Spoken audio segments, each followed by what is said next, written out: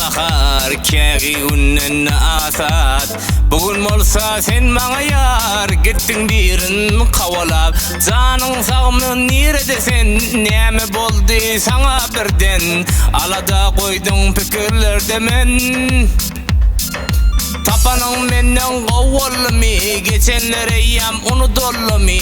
Her gün ağlatken unutmasın derdimi paylaşyanım. Bugün benim derdim oldu. Eken terze güllerim görmedi eyyam solli. Düşündür ayday bana bu ayrılık kimden molli.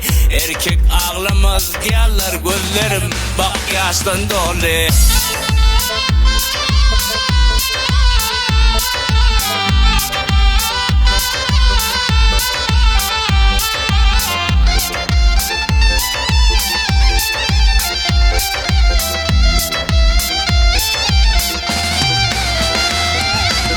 Hiç göresin gelmedi mi? Ayrın şeyle savullu mi?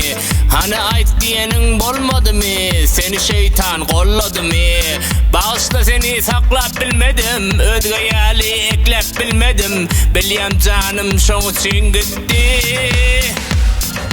Bu derdi çekmek ağır düştü. Söygü atlara koştu. Son kusadım unutma beni. Derdimi paylaşyanım. Bugün benim derdim oldu. Eken terze güllerim görmedi eyyam solli. Düşündür ayday bana bu ayrılık kimden molli. Erkek ağlamaz diyarlar gözlerim bak yaştan dolu.